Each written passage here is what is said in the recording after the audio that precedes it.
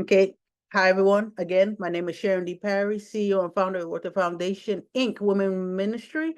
And we're going to be briefly covering taxes, homestead taxes, that is. And we are going to talk about saving as a teen. We just did a successful event, saving in elementary school, saving as a young kid, starting to save as a young kid, which was phenomenal. I had so much interaction from the adults. It was a lot of excitement, and people were excited about saving at the elementary school. Let me know if you guys can see my screen.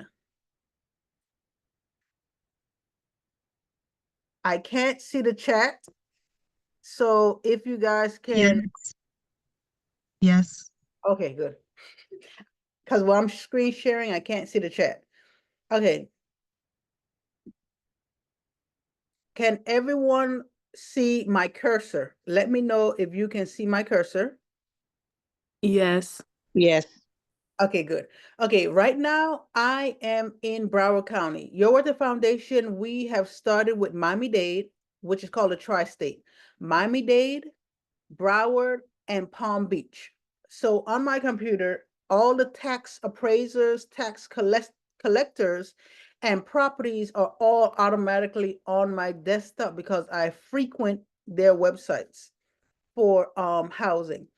Now, let's say you want to purchase a home, right? And you do not have to be a full adult to purchase a home. You can purchase a home as young as 18 years old and even younger at 16 if you have someone else to sign on the home, because the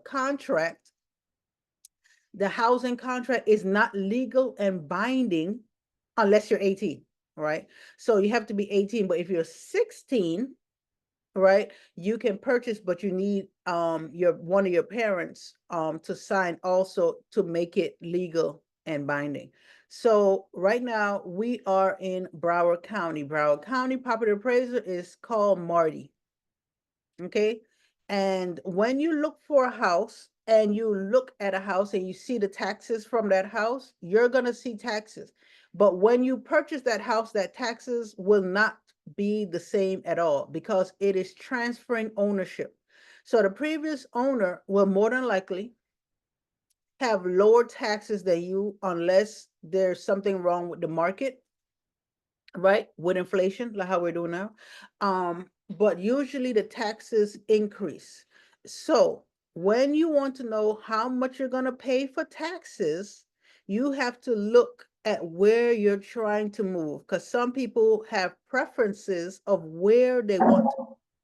On here, there is a list of every city. These are cities. So cities are inside the county. So the county is bigger. So, okay, this is how it goes. Cause it took a while for me when I was in my 20s to understand this, unfortunately.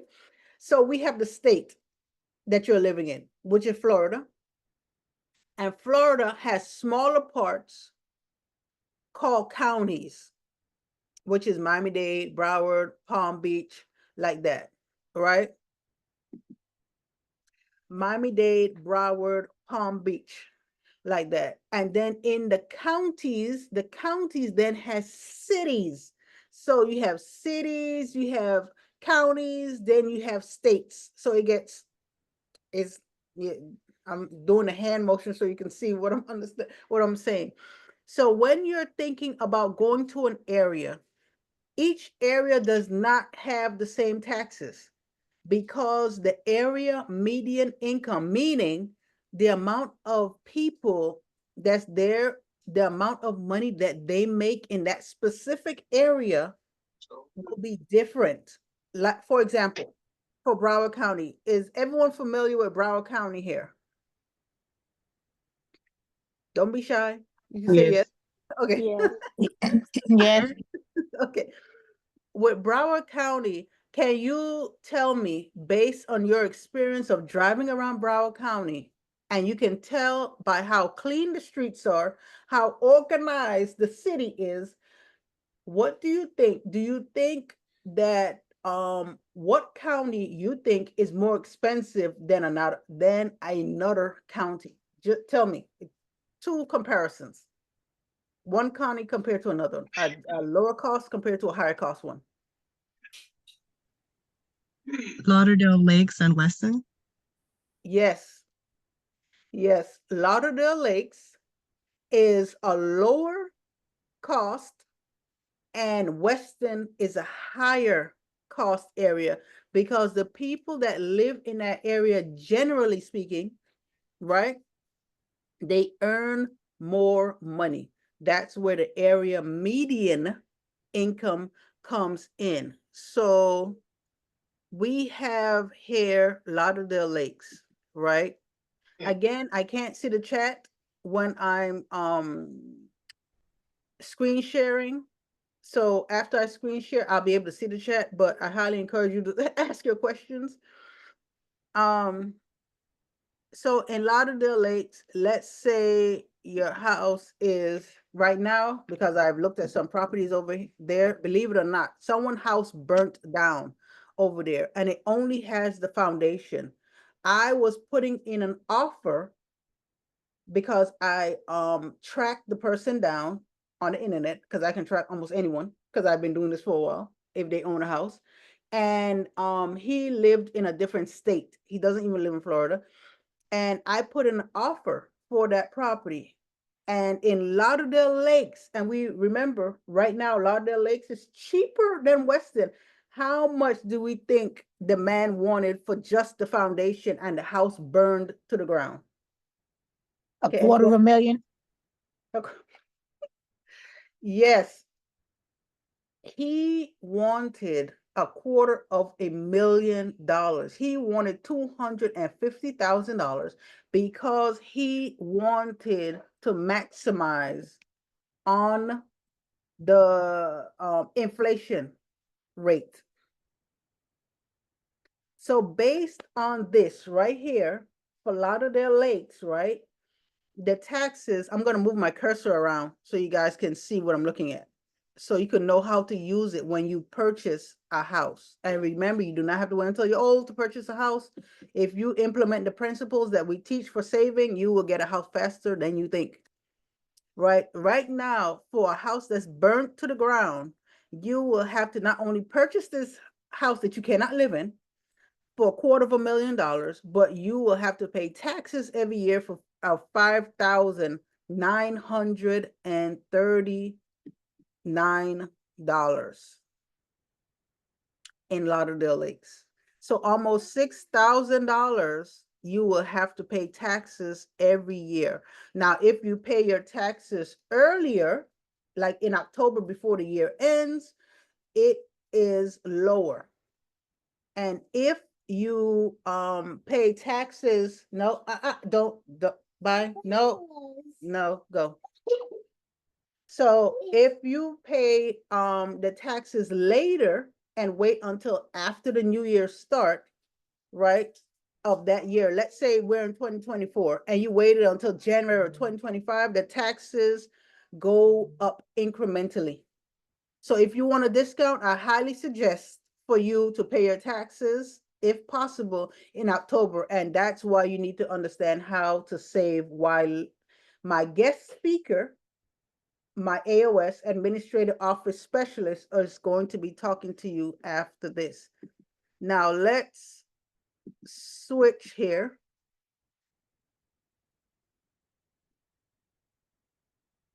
Is everyone following me so far?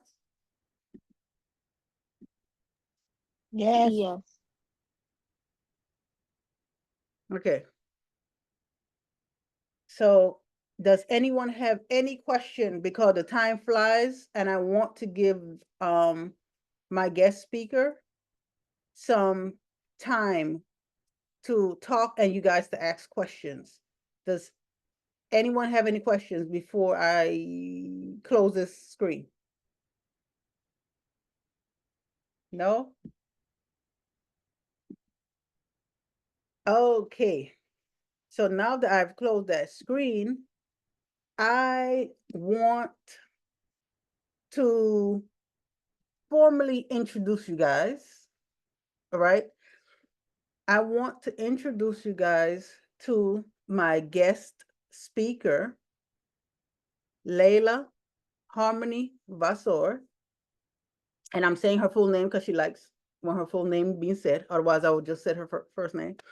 Layla Vasor has been able to start saving since she was young. She has been able to amass several accounts.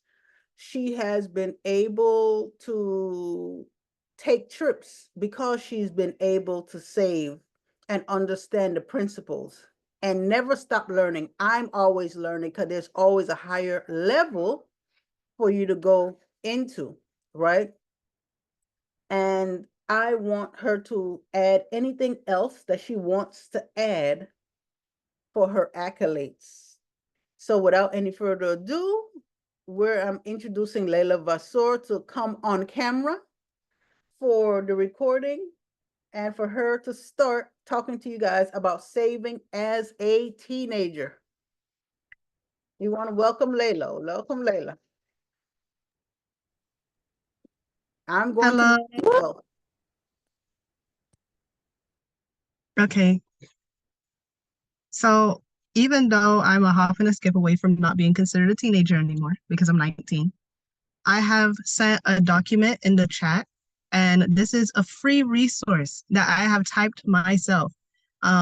As everybody know, sometimes my spelling isn't up to par, so I asked ChatGPT to do peer review edits on it. So hopefully everything is clear and understandable. Now we're going to be talking about saving while young. Now, this is a more niche topic because when people like to talk about savings, they like to talk about, oh, job, retirement. Those things are important. However, those things are not where we start when we're younger. We start with something a little bit different. So I want to redefine what you guys believe is income, because a lot of people would say they can't save because they don't got a job, or they don't have a consistent job, or they need to use all the money that is coming from their job to put in a specific other location. And I want to express that saving requires an income of some sort. However, income does not equal paycheck. You could save without getting a paycheck. That's how I've been doing it all my life, because I haven't worked in fast food or stuff like that, and a lot of people my age do. So that's a head start for you guys. You guys will probably acquire a lot more money than I have when I was younger. But you do not require a 9 to 5, or more so 5 to 9 for children who are in school to get to start saving. So saving could include lunch money, allowance, holiday gifts, when your grandma slipped you that $20 and your mother said, let me hold it for you. It includes all of that money. And a tip is to track all your sources of income, even if they're inconsistent.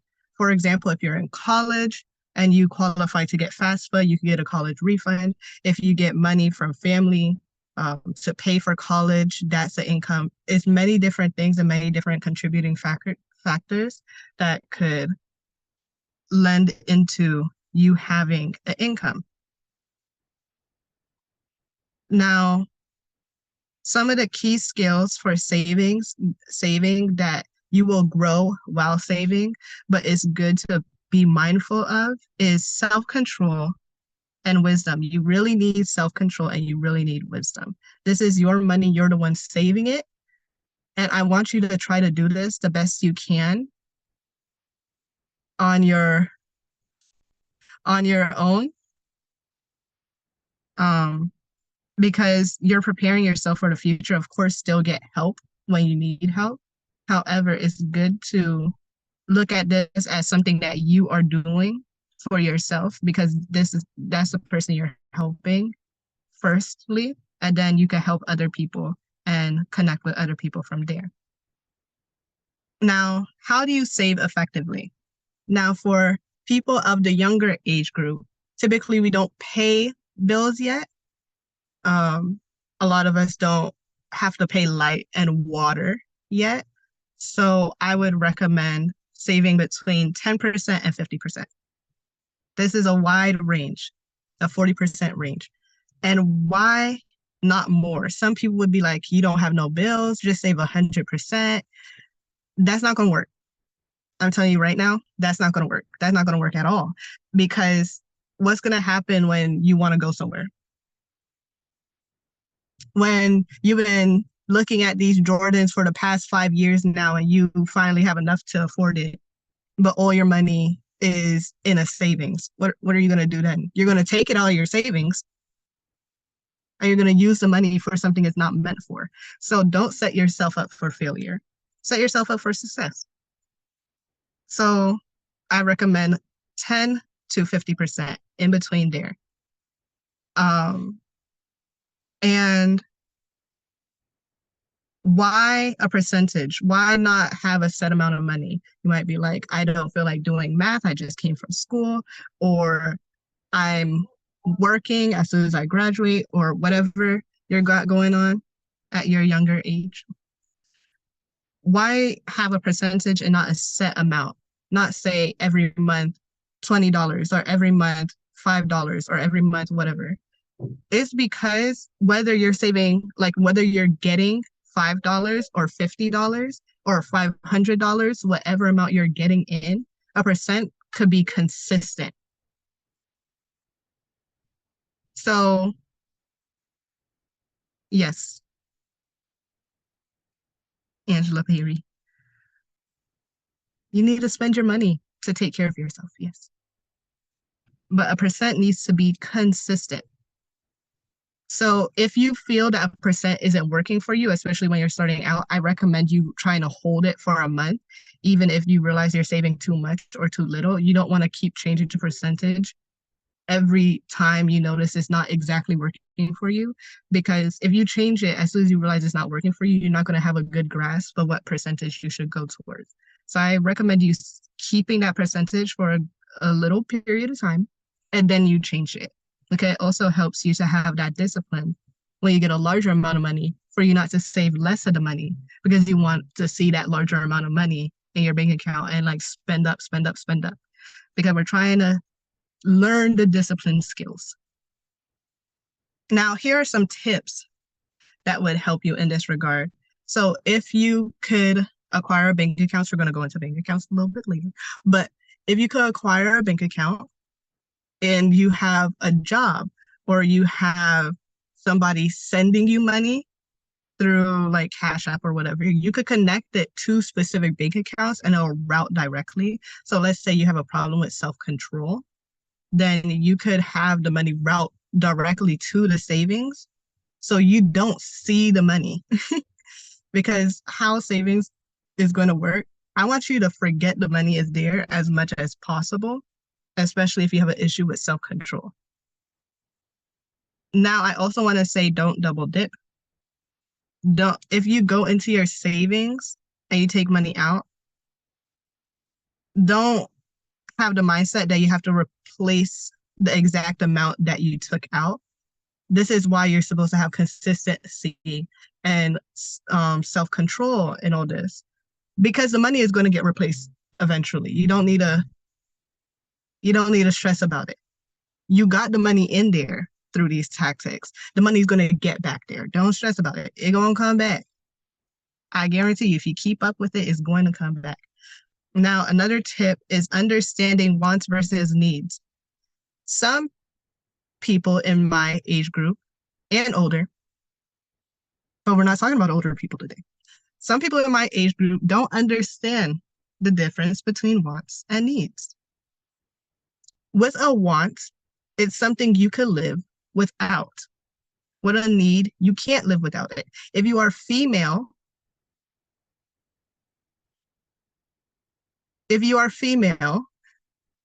you need sanitary items. You're not going to drop dead without a sanitary item. However, you need it.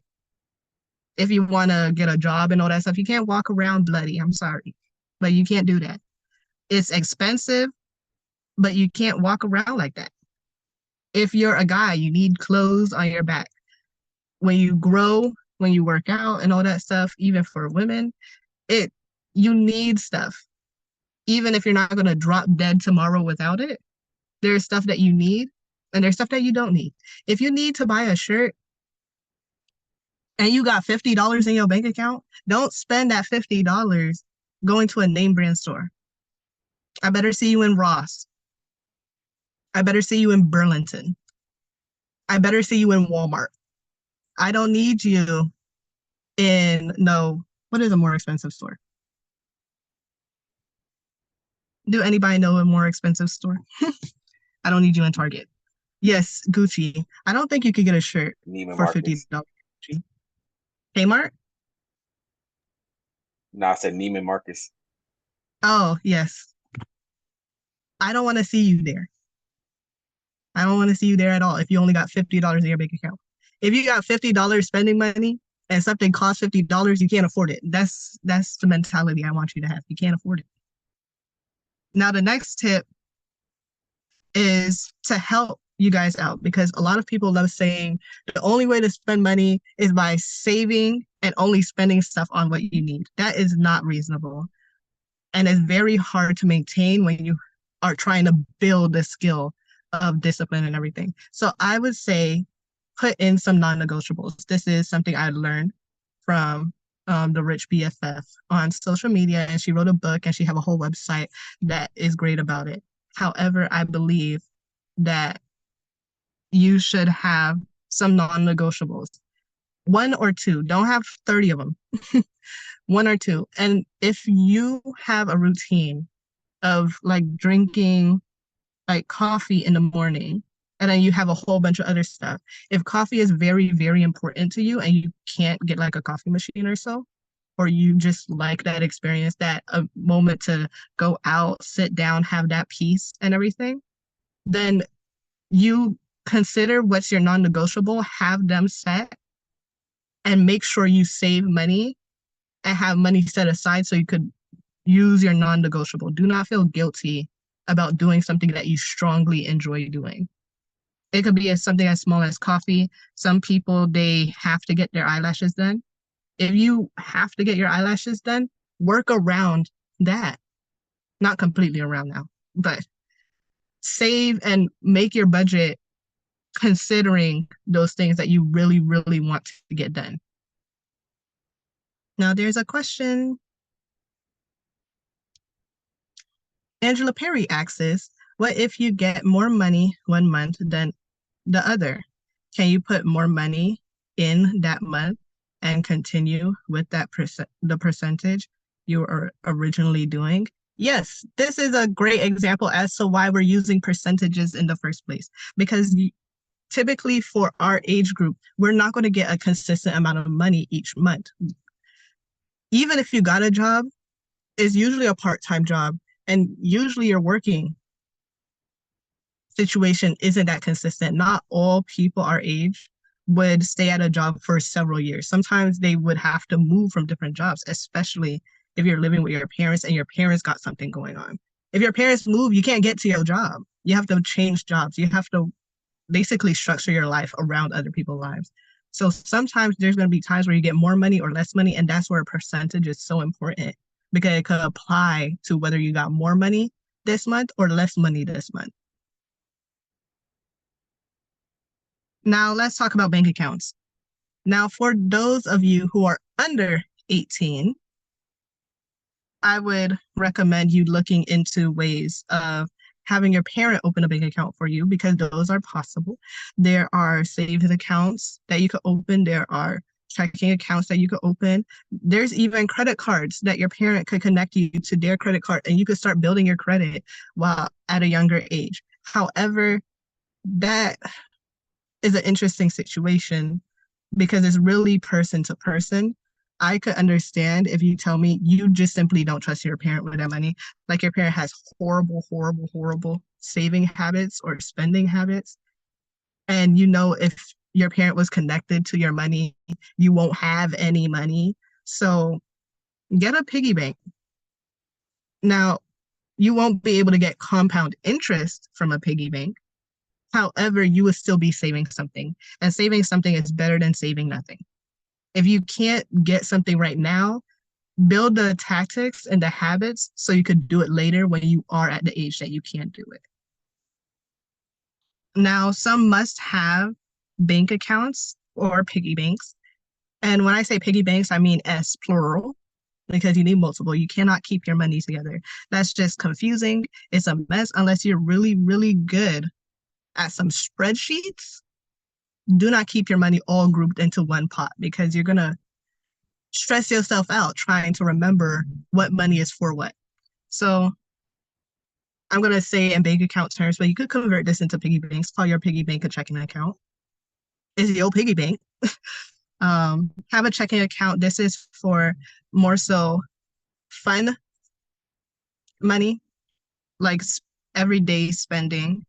I recommend people starting with that, having their fun money and their everyday spending, like when they get snacks and stuff, because typically food and everything is being purchased for them. So if they run out of food, they have a resource that they could go to, i.e. a parent or a guardian, that would provide them with food.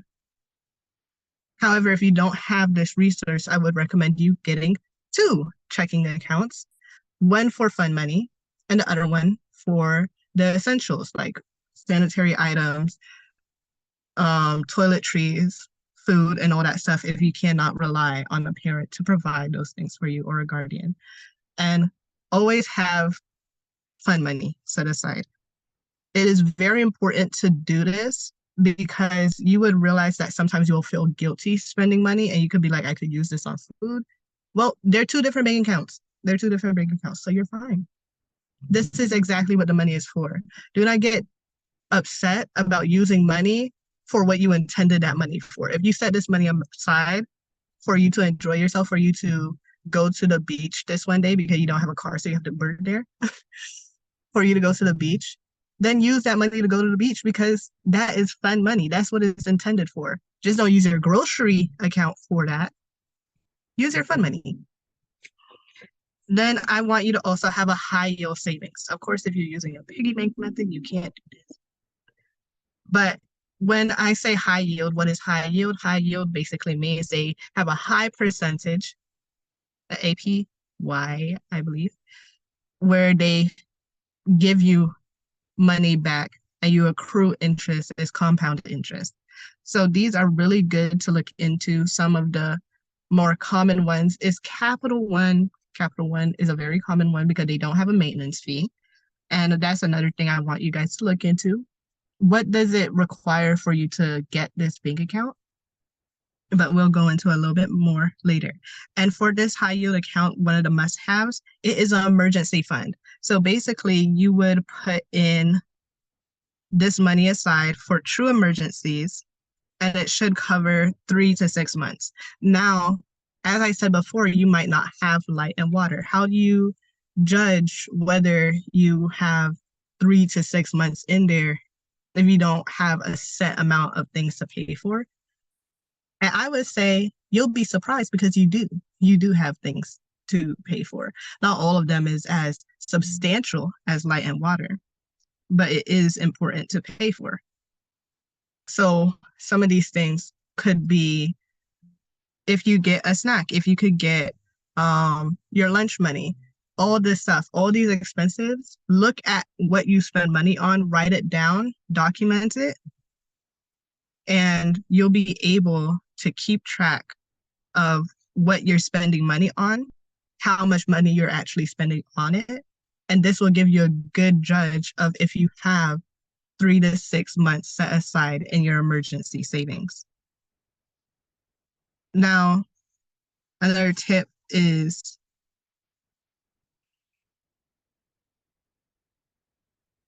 this is a great way to build a budget. When you're looking at the emergency savings, this is a great way to start building a budget because you already looked at where your money is coming from traditionally, even if it's inconsistent. But you can also set up a budget for how much you want to spend on. Because if you realize, oh my gosh, I'm spending $300 on snacks. Where did I get this $300 from that I'm spending it on snacks? I only get like $5 every so often. How in the world am I spending $300 on snacks? You're able to create a budget now that you see how much money you're actually spending. Now, highly recommended ones is another high yield savings for goals. I would recommend you having one set aside for goals. And the goals could be smaller or bigger. If you have a goal of getting a car, if you have a goal of moving out, like let's say you want to work somewhere or you want to travel, you can have these goal accounts. For example, an account that I have is a travel account. So it's not a set goal, but it's a account set aside for my goals in traveling. Now, you can have a goal for getting a bicycle. You look at what bicycle you want, how much money it costs, and you set aside money specifically for that. That allows you to actually save up this money. And if it's a high yield account, you'll also accrue interest. So you'll get free money back. Free. And when you build up enough self-respect and self-control, I would also recommend you getting a credit card. Now, I don't know what it is, but certain communities strongly don't like credit cards.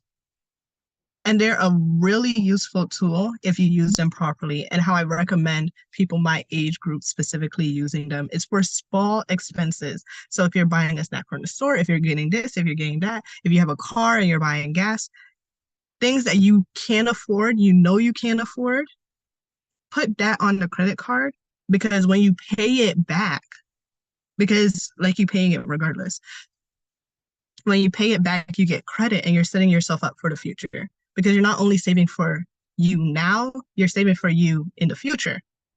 You're setting yourself up. You're making life a little bit easier for you. So you could sign off on a house and stuff and you don't need to pay this outrageous amount of money. Okay? Now, I would also recommend you getting a credit union, but that's farther down the line. So let's start here first. So some more financial tips is give, don't lend. Never lend nobody money. Always expect them to never give you it back, okay? Don't give nobody, don't lend nobody no money, especially people in school. You have to hunt them down like a loan shark just for them to give you your money back. Do not lend nobody no money. Always give money, and if they give it back, that's a pleasant surprise. Now, I would also say, connecting to this point, is protect your money, especially when you're at a younger age. Certain people in your family might feel entitled to your money. Now, remember who money this is. This is your money, not your grandpappy money. This is your money, not your mama money. This is your money. Now, still respect your parents, still love your parents and all that stuff. However, this is your money. If they bought a house and they're having a hard time affording the house and you give money, that is out of the kindness of your heart. They chose to have you. And if they didn't choose to have you, they chose to keep you and take care of you and all this stuff. And that's lovely and that's wonderful. And it's not your responsibility to take care of the house. You should help if you're in the position to. However, if you know you have a goal to get to college and everything, or you have a goal to get to a certain career, or you have a goal to get somewhere, make sure you don't spend that money on now things when you getting to your goal could really help out the situation later on. Because sadly, when people are in a difficult position or they have a hard time managing their money, they don't see the future. And sometimes that could be your parents. Sometimes that could be your grandparents. So be mindful for your money, protect it. Because unless you're doing things that are actively harming yourself with your money, then there's no reason for somebody should be usurping your control over it. Unless you're being absolutely foolish, absolutely foolish. You going out places, have no way of getting back because you didn't mindfully control your money. So you spent the Uber to get there. You have no Uber money back, like stuff like that. Now, some suggestions for people who have a hard time saying no to people who ask them for money, especially if it's close friends or family. I would say to set aside, you could create another bank account or a piggy bank specifically for giving people money. And this would be also a percentage, not out of the savings, but out of the money you have left over. Set aside an amount. So if somebody asks you for money, because if you really like giving, set aside that amount. So if somebody asks you for money and you really, really want to help them out, you could give it to them from that separate amount because this money is designated for helping people. You could also, if you prefer the other option, you could set aside like a budget. So let's say you get $50 a month. You could set aside $5 and say, I'm only going to give people $5 this month. So like if you're helping people in elementary school, your friend wants some snacks, you have that $5 budget for yourself so you don't overspend on your friends. Now, another habit is to stay consistent and be mindful about saving money, especially at this age. It's so important to stay consistent, not only with no matter what amount of money you get into your account to do savings on, but what the money is for. If your parent gives you money for a piece of candy and the candy is $2, don't ask for $2, ask for $3. So you could get the savings, put that money aside for that candy. If your parents is that upset about you asking for $3 instead of $2, maybe they should be giving you money for candy if money is that tight. Don't say the candy costs $3. That would be lying. But just say you want $3 so you could go buy candy. And this is if you're saving 10%. Like, for example, with the higher end, you would ask for $4. It's not like a crazy amount more. Ask for $4 so you could save that $2 and get the $2 to buy the candy.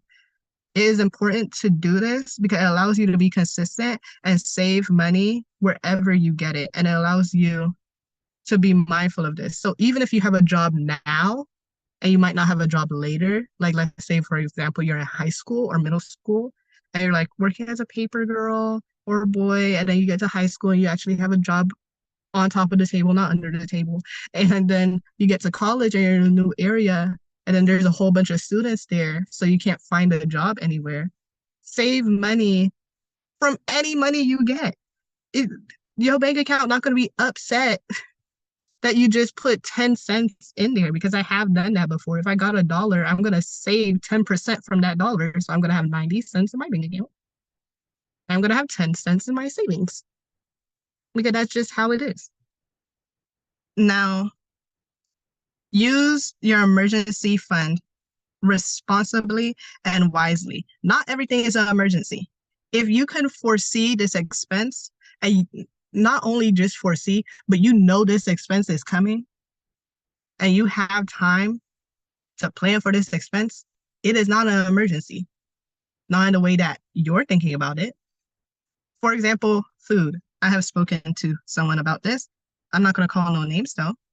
However, they like to use their emergency fund to get groceries. And I asked them, do you eat every day? And they said, yeah. And I asked them, do you buy your own groceries every month? And they like, yeah, roughly. Sometimes their parents help out, but they roughly buy all their groceries. And I tell them, then it's not an emergency. I know it's important for you to eat, but if you're getting money sent to you for groceries or for whatever, use that money for that. And don't use it out of your emergency account. Your emergency is for emergencies. So if something was to happen, you're able to use it for emergencies. Now I want to talk to somebody else on the other end of the spectrum. I know somebody else on the other end of the spectrum where they don't believe anything is an emergency. They think something worse is going to come.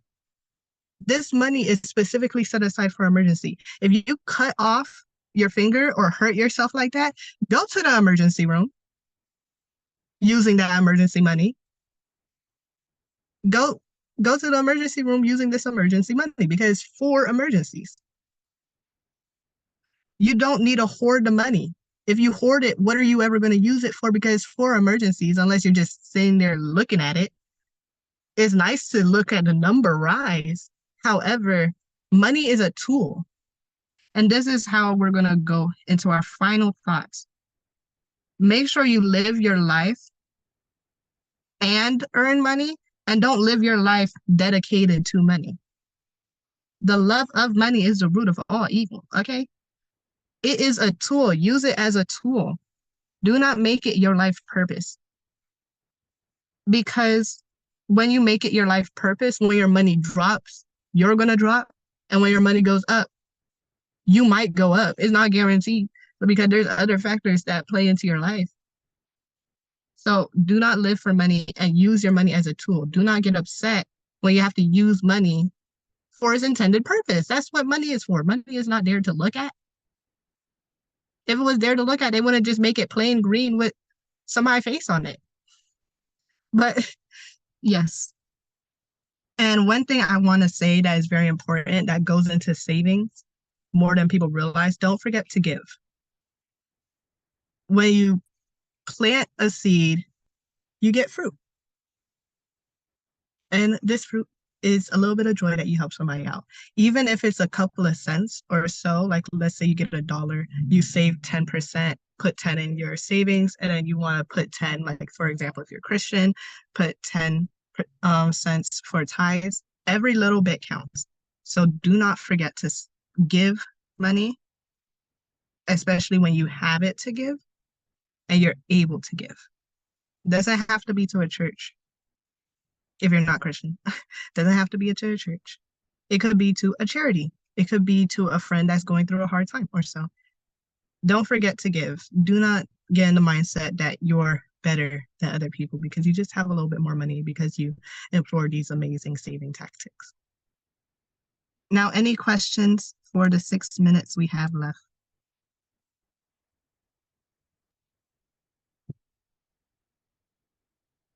So I want to first thank you for covering these things. However, I want you to touch on the psychological part of saving money because a lot of times when people talk about saving, they don't talk about it psychologically, and it's a mindset that you have to have because when you're around poor people, you recognize the mindset, and if you have the ability to be around rich people, they have a total different mindset. So talk about the mindset of starting to save with a little bit of money. You know how it plays on your mind when you open a checking account. In case the person don't have a checking account, they open a checking account and not a Cash App account, not a Cash App account, an actual bank account that's a checking account, to see that 10 cents, because it does something to you to see that little bit of money, because a lot of times a poverty mindset person is very short-sighted or nearsighted, whatever the word. They don't see that far in the future. So talk about that psychological part. I would say for that component, it could feel discouraging when you see a smaller amount of money in your bank account. You see your friends buying off-brand Gucci and Louis Vuitton, and you feel like I only got 10 cents in my bank account.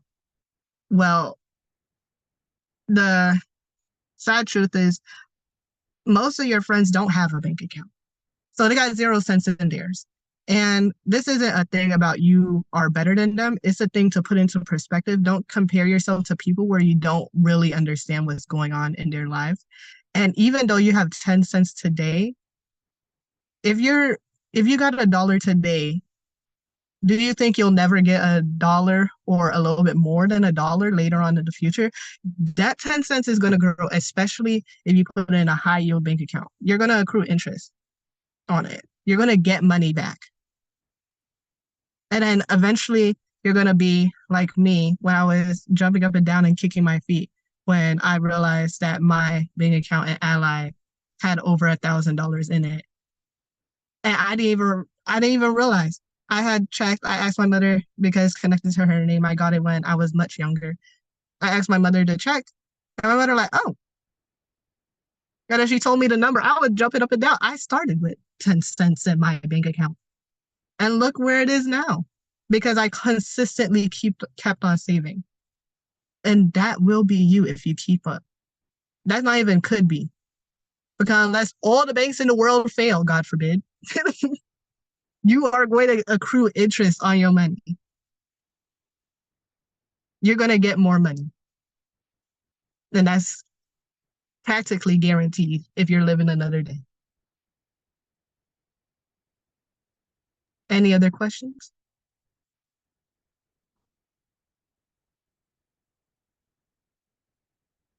Anyone on here new to saving?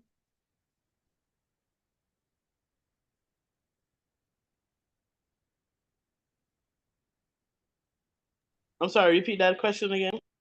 Is anyone on here new to saving? Because we have some people that I'm not sure if they're familiar with saving and the principle of saving.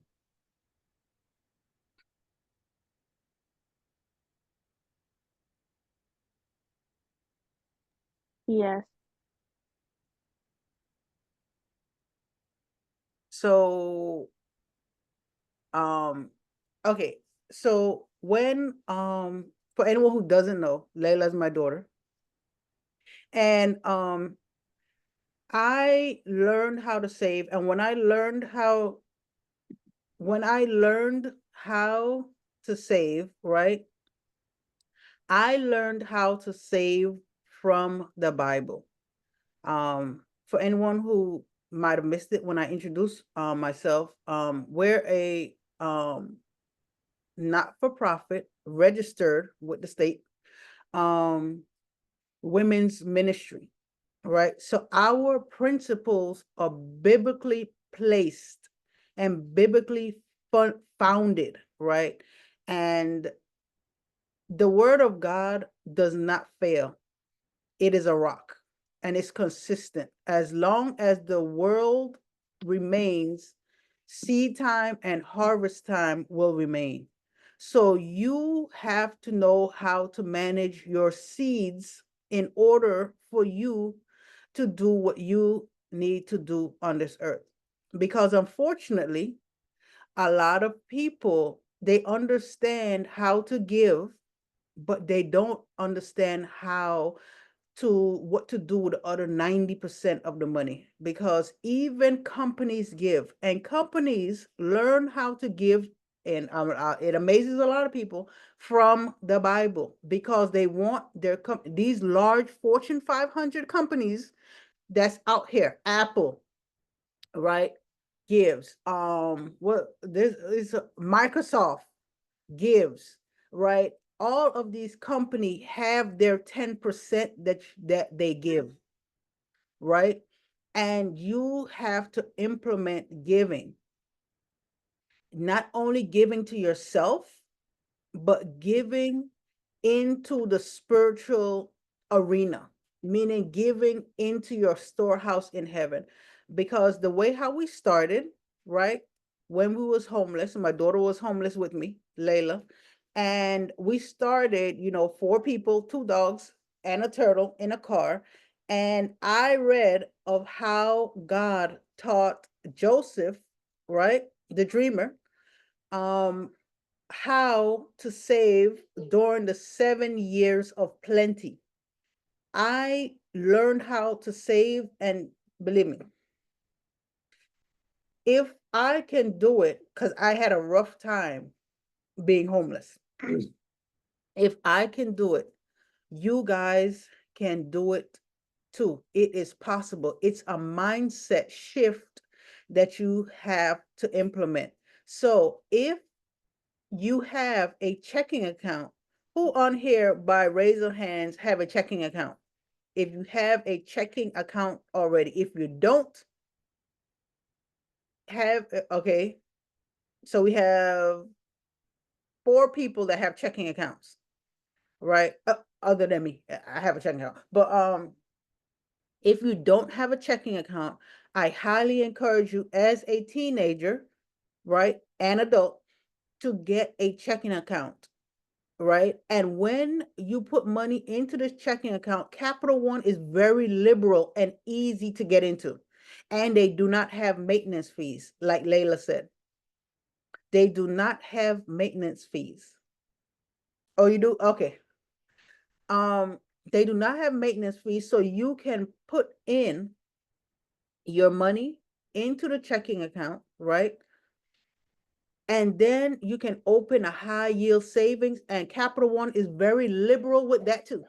And they give you money back, right, on your money. So it's a high yield savings account for Capital One also. And there's no maintenance fee will eat into your money. I'm letting you know right now, if you do not have a consistent amount of money and you want to go with Chase, Bank of America, all these big banks out there, right? They have maintenance fees to manage your money. And it's crazy to me because I was talking to God about it. I like, God, I'm putting my money in this account for them to hold it for me. And they're putting my money in the stock market, right? And then they're charging me while making money on my money. Listen, the bank is not in it to lose. So you have to be able to know what to do with your 90%. But if you are a teenager or younger, you can put up to 50%. Like Layla said, do not put 100% because you want to be able to have fun and reward yourself. Because if you feel like you are living for tomorrow only and you can't have anything today, it's going to be very, very difficult for you to be consistent. You're going to feel like giving up. And we do not want you to feel like giving up. So you need to open a checking account. You need to open a savings account and separate the money. Do not keep your high yield savings money in the checking account because you will lose it, because you're starting to learn a new principle and you have to get it in your head. When I first started, anyone who personally know me, I had all of my bank accounts on my screen, right? I had all of, I don't have it on my screen now because it's going to take up too much space on my screen because I have several bank accounts now. But in the beginning, I had my bank accounts on my screen because it provoked me to invest in myself, because there's no one that's gonna take care of you better than you other than God, and God is in the heavens. You're right. So you have to take care of yourself. God wants you to love your neighbor as, meaning simultaneously, as you love yourself. Please, I highly implore you to take the time to love yourself and break poverty in your family, right? Because you can own a home. I know a lot of people don't think about home ownership. And when I tell people about home ownership, they think they have to live in the house. You do not have to live in the house at all. When I talk about home ownership, you do not see me adding living in it. No. Home ownership, if it's managed properly, you can become financially free. And that is one of Layla's goals, is home ownerships, because she has several homes that she wants to purchase, but not live in per se.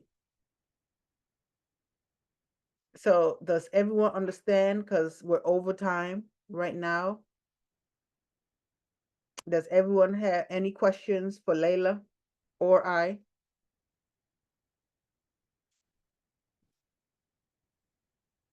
I don't see any questions in the chat.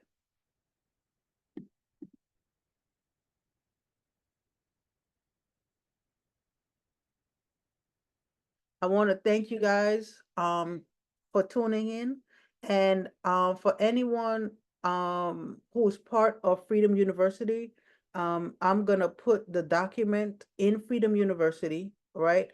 And I'm gonna attach the document to the YouTube page so young people can implement these principles, and you guys can go back when you see a young person that complaining about not having money, but they are labeled down, meaning that they got what's the I forgot the dollar name brand stuff. Well, all the logos, the advertisement, the free advertisement that we're doing for these companies out there, with Gucci written big across our shirt, and we're trying to invest in someone else, but we're not investing in ourselves. Listen, it's going to be attached, and I highly encourage you to please share the video when it's uploaded, because I have to wait until it's uploaded to the cloud here for me to upload it on YouTube. And I thank you guys for joining in, and please encourage some other young people, especially if you care about them and you want them to succeed in life. Any last words, Layla, guest speaker? Thank you guys, and have everyone have a wonderful and blessed night. Good night. Everyone, Good night. Thank you so much. you're welcome.